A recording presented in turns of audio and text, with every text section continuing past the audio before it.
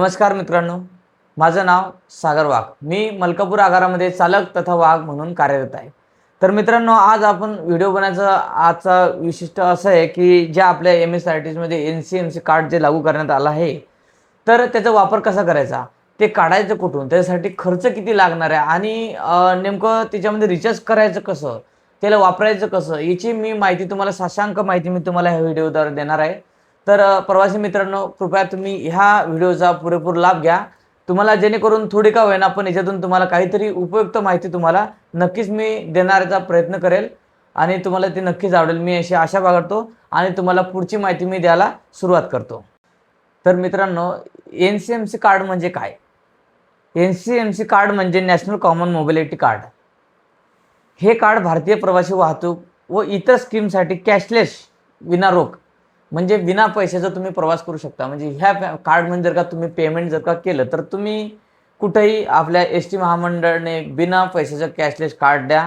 जसं आपण ATMमध्ये करतो, कार्ड आपले ATMमध्ये टाकतो, आपल्या हातामध्ये ATM पैसे देतो. तसं आमच्या बसमध्ये राहणार आहे. तुम्ही कार्ड आम्हाला देणार, आम्ही ते मशीनमध्ये स्वॅप करणार किंवा प्रेस करणार, त्याच्यातून आम्ही तुम्हाला तिकीट देणार आणि कार्ड तुमचं रिटर्न करणार. म्हणजे असं ATM सारखी सुविधा ही आपल्याला कॅशलेस कार्डाने आपल्या बसमध्ये भेटणार आहे.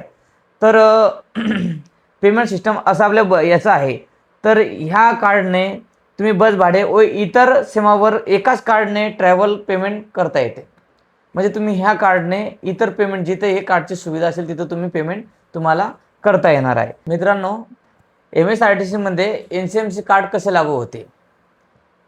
MSRTCमध्ये आता आपल्याला बस सेवेमध्ये जितके कंजेक्शन होते, म्हणजे जेवढ्या सुविधा होत्या, महिला, सिनियर सिटीजन, अमृत, UDI, दिव्यांगवाले आपले, जसं कोणतरी आजारी माणसं, वृद्ध आजार, HIV, असे बऱ्याचशा लोकांना आपण कंजेक्शन देतो, पत्रकार, अशा लोकांना NCMC कार्ड लागू होणार आहे आणि यांची डिजिटली डाटा हा गव्हर्नमेंटकडे जाणार आहे.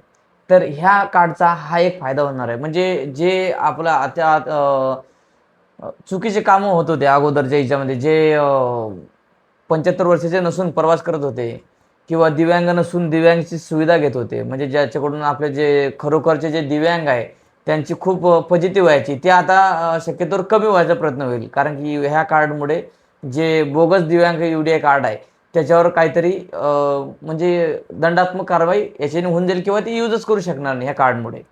तर हा या कार्डचा एक फायदा आहे.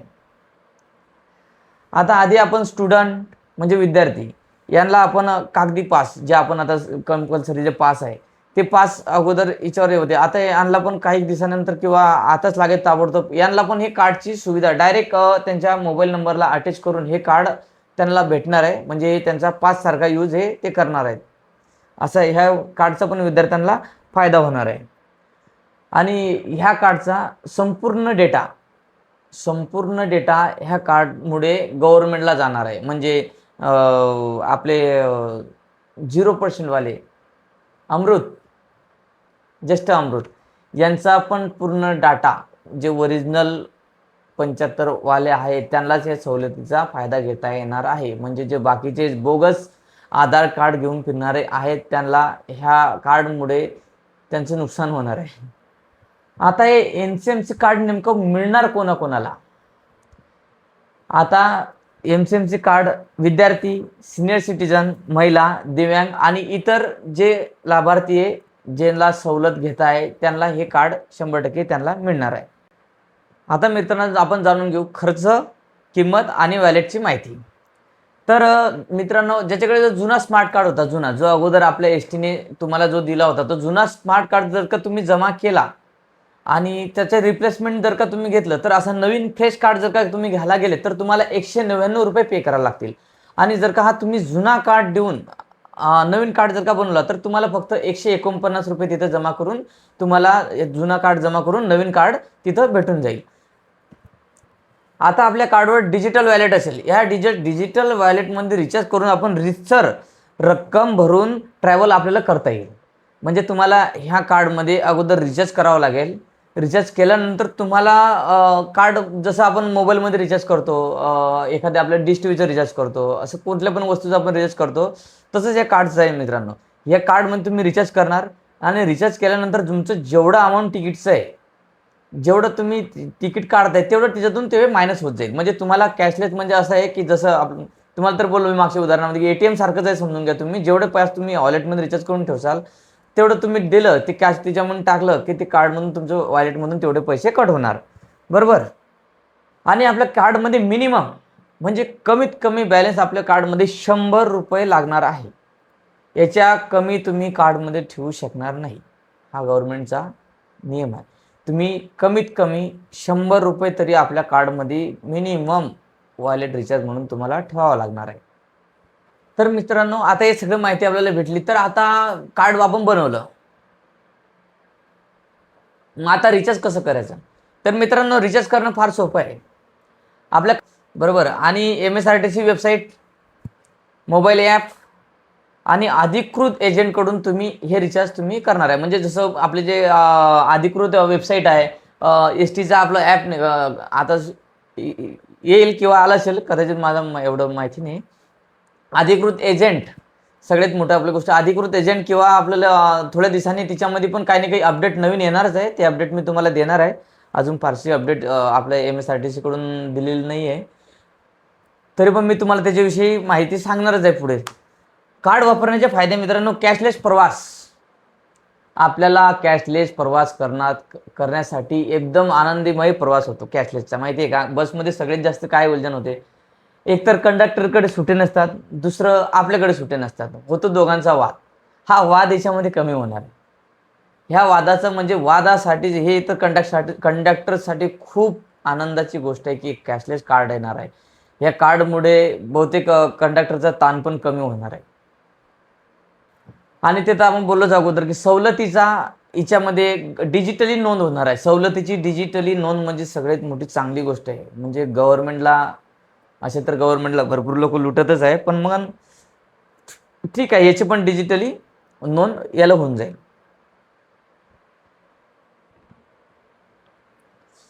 दुसरा विषय म्हणजे सुविधा आणि वेळ वाचेल. जे आपण सुविधा आणि टाइमपास म्हणजे तुम्ही तिकीट देता, 50चं तिकीट काढता, आपलं ₹40 ₹36 तिकीट काढता, 100ची नोट देता, कंडक्टर परत ₹64 लिहून देतो. परत तुम्ही डेपोमध्ये जाता, डेपोमध्ये जाऊन परत त्याच्याकडे पैसे मागता, तो म्हणतो माझ्याकडे सुट्टी नाही आहे. मग परत तिथं 10 मिनटं आणखी वेळ जातो, तुमचा वेळ जातो, आमचा वेळ जातो. याच्यामुळे हे कॅशलेसचा तुम्ही पुरेपूर फायदा घ्या. हे कॅशलेस कार्ड आलं ना, ना तुम्हाला थांबायची गरज ना आम्हाला थांबायची गरज. तुम्ही गाडीतून उतरले, तुम्ही मोकळे, आमचं टेन्शन कमी. तर मित्रांनो, ह्या कार्डमुळे सुविधा आणि वेळ वाचेल आणि भविष्यामध्ये सार्वजनिक वाहतुकीचा सार्वजनिक वाहतूक हे कार्डचं तुम्ही सक्षम बनणार आहे. म्हणजे ह्या कार्डची तुम्हाला सवय होणार आहे. ही एक चांगली गोष्ट आहे आणि हे भविष्यामध्ये कधी ना कधी कामामध्ये येणार आहे. आता काय आपण अपग्रेड होतोय. अपग्रेड झाल्यामुळं आपल्याला हे करावंच लागणार आहे आणि पुढे चालून भविष्यामध्ये याची गरज 100% भासणार आहे. म्हणून गव्हर्नमेंटने आता याचा निर्णय घेतला आहे आणि खूप चांगला निर्णय आहे माझ्या हिशोबाने तरी. कारण की काही ना काही गोष्टी बदलत चालत आहेत, तर आपण पण या तिकिटामध्ये पण अपडेट व्हायला पाहिजे. आता आपल्या याच्यामध्ये अगोदर UPI नव्हतं, आता UPI आलं, आता कार्ड आलं. आता कार्ड आलं म्हटल्यावर तर एकदम कॅशलेस. आता जे सुशिक्षित वर्ग आहे तो तर 100% घरणारच आहे आणि सवलतधारी पण आपले जे 75 वर्षाचे नागरिक आहे, ज्येष्ठ अमृत नागरिक, त्यांना पण हे घ्यावंच लागणार आहे. आणि त्यांनी घेतल्यानंतर आपलं टेन्शन आणखी कमी होणार आहे. का वाढणार आहे काय माहिती. खरं तर 75 वर्षावाले नाहीच आहे. आता बघू किती, आता कार्डमध्ये किती बसतंय काय बसतंय बघू. आता 75 वर्षाचा माणूस प्रवास करायला आता त्याची ताकदच पूर्ण नाही आपल्या बसमध्ये गर्दी कसली असते. कार्ड कसे मिळवायचं? तर आपल्या जवळच्या MSRTC डेपोमध्ये जाऊन, तिथं डेपो आपल्याला जवळ जो डेपो असेल, उदाहरणार्थ तर मी मलकापूरला आहे तर मी मलकापूरच्या डेपोमध्ये जाईल. कोणी मोताळ्याला असेल तर मोताळ्याच्या डेपोमध्ये जाईल. मुक्ताईनगरच्या डेपोमध्ये जाईल. तर तुमच्याला जवळ जो डेपो असेल त्या डेपोमध्ये तुम्ही जाऊन हे कार्ड मिळवू शकता.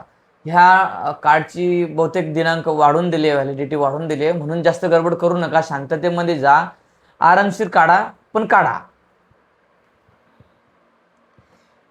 तर याला आवश्यक कागदपत्र काय लागणार आहे? तर सगळ्यात महत्त्वाचं म्हणजे तुम्ही जर का सवलतधारी आहे, 75 वर्षात तुमचं आधार कार्ड, तुम्ही जर का दिव्यांग आहे तर तुमचं UDI कार्ड, आणि तुम्ही जर का तुम्ही कंजक्शनमध्ये येणार आहे, म्हणजे ज्या सवलतीमध्ये तुम्ही बसणार आहे त्याला जे अनुसरून जे कार्ड असतं किंवा त्याचं जे माहितीपत्रक असतं काहीतरी असेल, त्याचा जो पुरावा असेल तो पुरावा तुम्ही तिथं सादर करावा. त्या पुरावानुसार तुम्हाला ते NCMC कार्डमध्ये तुमचं ते पुरावा बघून तुम्हाला जे सवलत लागू होणार आहे ते तुम्हाला सवलत ते देणार आहेत.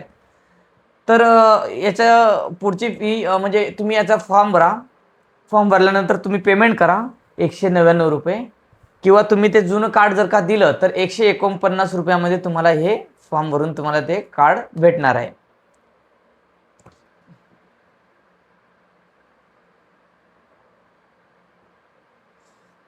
तर मित्रांनो, कार्डमध्ये तात्काळ वापरा, रिचार्ज करा आणि तात्काळ तुम्ही बसमध्ये वापरू शकता.